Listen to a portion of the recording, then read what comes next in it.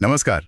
आज हम एक बहुत ही दिलचस्प और शायद थोड़ी थोड़ी असहज करने वाली बात पे चर्चा करने जा रहे हैं। ये ब्रेनी ब्राउन की किताब है डेयरिंग ग्रेटली। उसके विचारों पर आधारित है।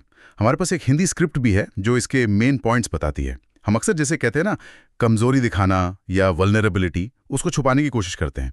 तो आज हमारी कोशिश यही है समझने की कि क्या ये वाकई कमजोरी है जैसे सब मानते हैं, या फिर जैसा ब्राउन दावा करती हैं ये हमारी सबसे बड़ी ताकत, हमारी हिम्मत का सोर्स है। और देखेंगे कि साहस, प्यार, अपनापन, एक मीनिंगफुल लाइफ जीने से इसका क्या कनेक्शन है। और यहीं से पहला सवाल आता है मन में, जो शायद थोड़ा अजीब लगे सुनने में। क्या वाकई में अपनी कमजोरियों को, अपने डर को, अपनी अनिश्चितताओं को मानना, वल्नरेबल होना, क्या ये हमें ज्यादा मजबूत बना सकता है? हमने तो हमेशा यही सिखाया कि भाई मजबूत दिखो, इमोशंस काबू में रखो, इनसिक्योरिटी छुपाओ। तो क्या क्या ये पूरी सोच ही गलत है? आज की बातचीत में हम इसी गुत्थी को सुलझाने की कोशिश करेंगे। पहले तो ये है कि वल्नरेबिलिटी है क्या असल में, क्या गलतफहमियां हैं इसे लेकर। फिर वो रुकावट, शर्म यानी शेम जो हमें रोकती है, उसे समझेंगे। और फिर इसका सोल्यूशन क्या है, जिसे सोर्स होल हार्टेड लिविंग कहता है, पूरी आत्मा से जीना। और आखिर में डेयरिंग ग्रेटली, हिम्मत से जीने का मतलब क्या है, हमारी रोज की जिंदगी में ये कैसे दिखता है। तो चलिए शुरू करते हैं। ये जो वल्नरेबिलिटी की बात है ना, आमतौर पर जब ये शब्द सुनते हैं तो दिमाग में क्या आता है? डर, कमजोरी, कुछ ऐसा जिसे छुपाना चाहिए। हाँ बिल्कुल। लेकिन सोर्स कहता है कि ब्रेने ब्राउन का नजरिया बिल्कुल अलग है। वो इसे कमजोरी नहीं बल्कि साहस का सबसे प्योर फॉर्म मानती हैं। ये थोड़ा चौंकाने वाला है ना? इसे थोड़ा और समझते हैं। हाँ, ये चौंकाता जरूर है, क्योंकि हम जो सीखते आए हैं ये उसके बिल्कुल उलट है। देखिए, वल्नरेबिलिटी का मतलब ये नहीं कि हम डरपोक हैं या हर किसी के सामने अपनी सारी पर्सनल बातें खोल दें। नहीं, इसका सही मतलब, जैसा सोर्स भी बताता है, वो 3 चीजों से जुड़ा है। एक तो अनिश्चितता, अनसर्टेनिटी, मतलब ये ना जानना कि आगे क्या होगा। दूसरा जोखिम, रिस्क, इमोशनल, सोशल, फिजिकल चोट का खतरा उठाना। और तीसरा है भावनात्मक रूप से खुला होना, इमोशनल एक्सपोजर, अपनी सच्ची फीलिंग्स, अपनी ज़रूरतें बताना बिना किसी गारंटी के कि लोग एक्सेप्ट करेंगे या नहीं। ये वो मोमेंट्स होते हैं जब हम पूरी तरह कंट्रोल में नहीं होते हैं। सोचिए, जब कोई पहली बार कहता है आई लव यू, ये जाने बिना कि सामने वाला क्या फील करता है, वो एक वल्नरेबल पल है। हाँ बिल्कुल। या कोई मुश्किल वक्त में दोस्त से मदद मांगता है, अपनी जरूरत बताता है, या कोई नई जॉब के लिए इंटरव्यू देता है, रिजेक्शन का रिस्क तो है ही। सही है। या फिर कोई अपनी गलती मान ले, खासकर जब उंगली उठने का डर हो। ये सब वल्नरेबिलिटी के मोमेंट्स हैं। आसान नहीं होते, हिम्मत चाहिए इनमें। अच्छा, तो ये वो सिचुएशंस हैं जहां हम आउटकम कंट्रोल नहीं कर सकते, फिर भी हम खुद को सामने रखते हैं। लेकिन सवाल ये उठता है कि ऐसी जोखिम भरी सिचुएशन में खुद को डालने की जरूरत ही क्या है? क्यों ना सेफ रहें, अपनी फीलिंग्स छुपा कर रखें? हाँ, ये सवाल बहुत लॉजिकल है। सेफ रहना तो हम सब चाहते हैं, ये नेचुरल है। लेकिन ब्राउन का जो तर्क है, जो सोर्स में भी दिखता है, वो ये है कि जब हम वल्नरेबिलिटी से पूरी तरह बचते हैं ना, तो हम अनजाने में उन चीजों से भी दूर हो जाते हैं जो लाइफ को एक गहरा मतलब देती हैं, सैटिस्फैक्शन देती हैं। बिना इमोशनल रिस्क लिए क्या सच्चा प्यार या गहरा अपनापन महसूस हो सकता है? शायद नहीं। बिना फेलियर के डर का सामना किए क्या हम कुछ नया सीख सकते हैं या अपनी क्रिएटिविटी को खुलकर सामने ला सकते हैं? ये सोचने वाली बात है। तो आप कह रहे हैं कि वल्नरेबिलिटी एक तरह से कीमत है जो हमें गहरे अनुभवों के लिए चुकानी पड़ती है। और इसी से जुड़ा ब्रेने ब्राउन का वो कोट है जो सोर्स में भी है। Vulnerability is the birth place of love, belonging, Joy, courage, empathy and creativity. मतलब प्यार, अपनापन, खुशी, हिम्मत, सहानुभूति, रचनात्मकता, जिंदगी की सबसे जरूरी, सबसे खूबसूरत चीजें उसी जमीन पर उगती हैं जहां वल्नरेबिलिटी का बीज होता है। ये तो वाकई पूरी सोच बदल देता है। इसका मतलब है कि अगर हमें ये सब अनुभव चाहिए तो वल्नरेबिलिटी को अपनाना सीखना ही होगा। लेकिन यहीं पर एक और बड़ा सवाल आ जाता है। अगर वल्नरेबिलिटी इतनी जरूरी है, इतने अच्छे अनुभवों का दरवाजा है, तो फिर हम इससे इतना डरते क्यों हैं? खुद को ऐसे खुला रखना इतना मुश्किल क्यों लगता है? क्यों हम अक्सर मास्क पहनकर जीते हैं? सोर्स इशारा करता है कि इसके पीछे एक बहुत पावरफुल इमोशन है, शेम यानी शर्म।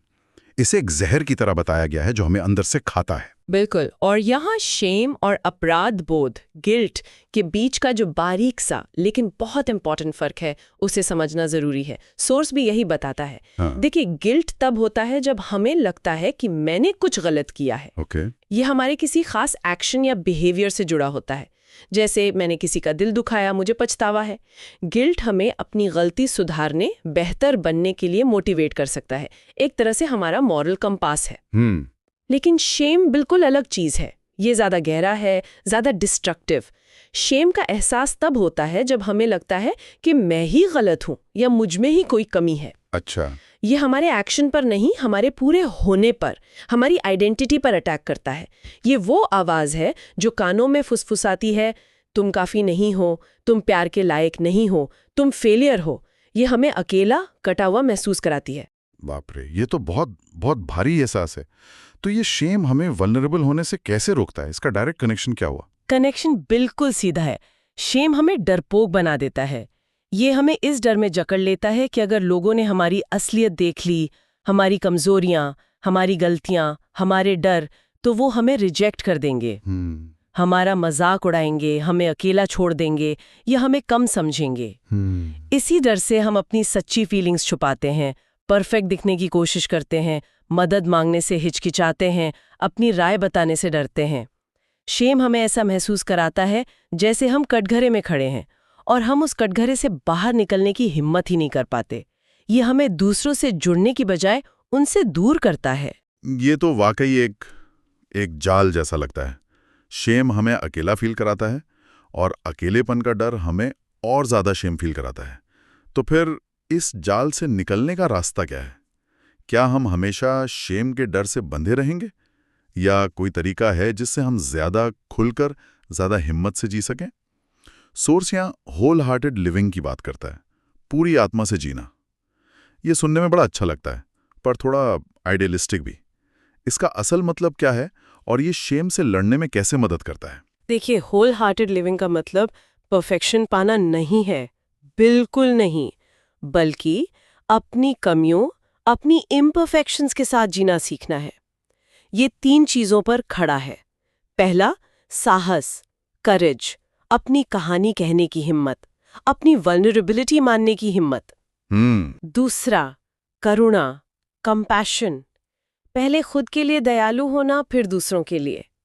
और तीसरा, जुड़ाव, ये मानना कि हम दूसरों से जुड़ने के लिए ही बने हैं और इसके लिए ऑथेंटिक होना, मतलब अपने असली रूप में रहना, बहुत जरूरी है।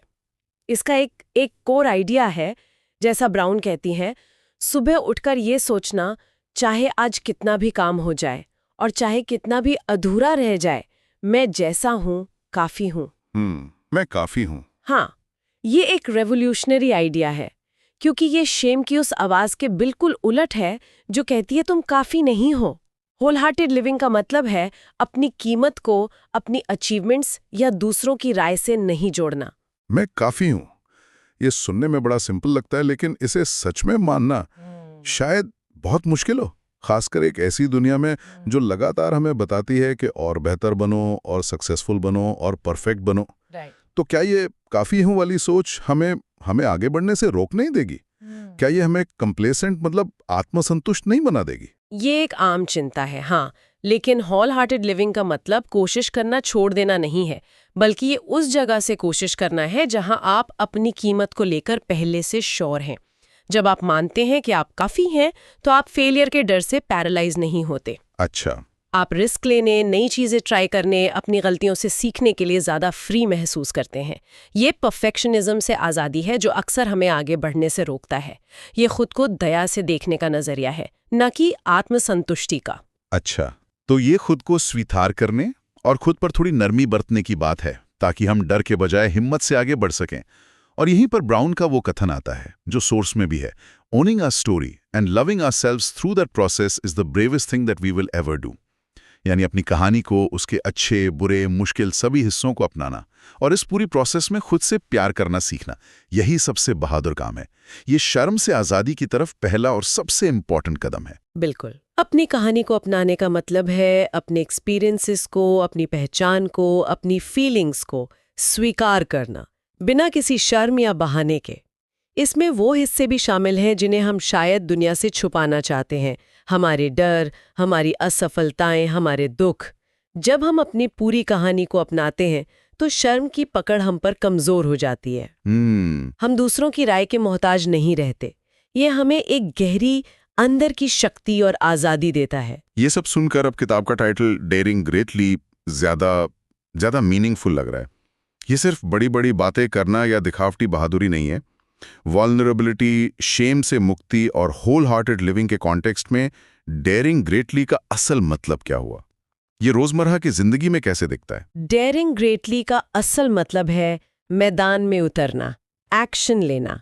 ये थियोडोर रूजवेल्ट के एक फेमस भाषण से इंस्पायर्ड है, जिसमें वो उस इंसान की तारीफ करते हैं जो अखाड़े में है, धूल मिट्टी पसीने से सना हुआ, जो गिरता है फिर उठता है और पूरी हिम्मत से लड़ता है, चाहे वो जीते या हारे। हाँ, सुना है मैंने ये। तो डेयरिंग ग्रेटली का मतलब है जिंदगी के अखाड़े में उतरना, चाहे वो रिश्ते हों, करियर हो, कोई क्रिएटिव काम हो या कोई मुश्किल बातचीत, और अपनी पूरी क्षमता से हिस्सा लेना, भले ही नतीजा पक्का ना हो, भले ही आलोचना का डर हो, भले ही फेल होने का रिस्क हो। और ये सिर्फ बड़े ड्रामेटिक मोमेंट्स की बात नहीं है, ये छोटे छोटे रोजमर्रा के कामों में भी दिखता है। सोर्स में कुछ अच्छे उदाहरण हैं कि ये कैसा दिख सकता है। जैसे वो लीडर जो अपनी टीम के सामने कहता है, मुझे इसका जवाब नहीं पता, हमें मिलकर सोचना होगा, या जो अपनी गलती मानकर माफी मांगता है। हाँ, ये बड़ी हिम्मत का काम है। बिल्कुल, ये कमजोरी नहीं, ये विश्वास बनाने वाला साहस है। ये डेयरिंग ग्रेटली है। या वो दोस्त जो आपसे कहता है, मैं आजकल बहुत अकेला महसूस कर रहा हूं, या मुझे तुम्हारी मदद की जरूरत है। अपनी जरूरत बताना हिम्मत का काम है, ये डेयरिंग ग्रेटली है। या वो पेरेंट जो अपने बच्चे से कहता है, हाँ मुझे भी कभी कभी डर लगता है, और फिर उसे सिखाता है कि डर के साथ कैसे जिया जाए। ये बच्चे को इमोशनल समझ और ताकत देता है। बिल्कुल, ये डेयरिंग ग्रेटली है। या फिर वो आर्टिस्ट, राइटर या कोई नया बिजनेस शुरू करने वाला जो सालों की मेहनत के बाद अपना काम दुनिया के सामने रखता है, ये जानते हुए कि उसे पसंद भी किया जा सकता है और नापसंद भी।